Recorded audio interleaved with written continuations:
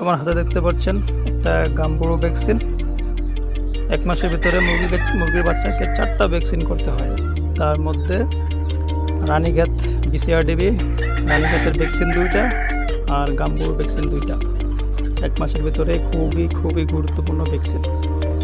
তো Gumboro vaccine কীভাবে করতে হয়? বাচ্চার বয়স যখন 8 থেকে 10 দিন, এর ভিতরে একটা গাম্বুরো ভ্যাকসিন করতে হবে।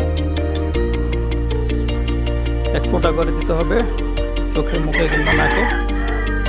আর দ্বিতীয় ডোজ করতে হবে আপনার 11 থেকে 12-13 দিনের ভিতরে দ্বিতীয় ডোজ করতে হবে।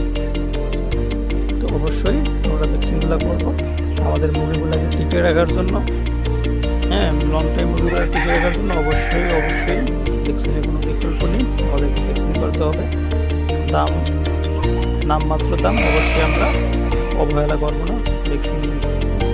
সবাই ভালো থাকবেন।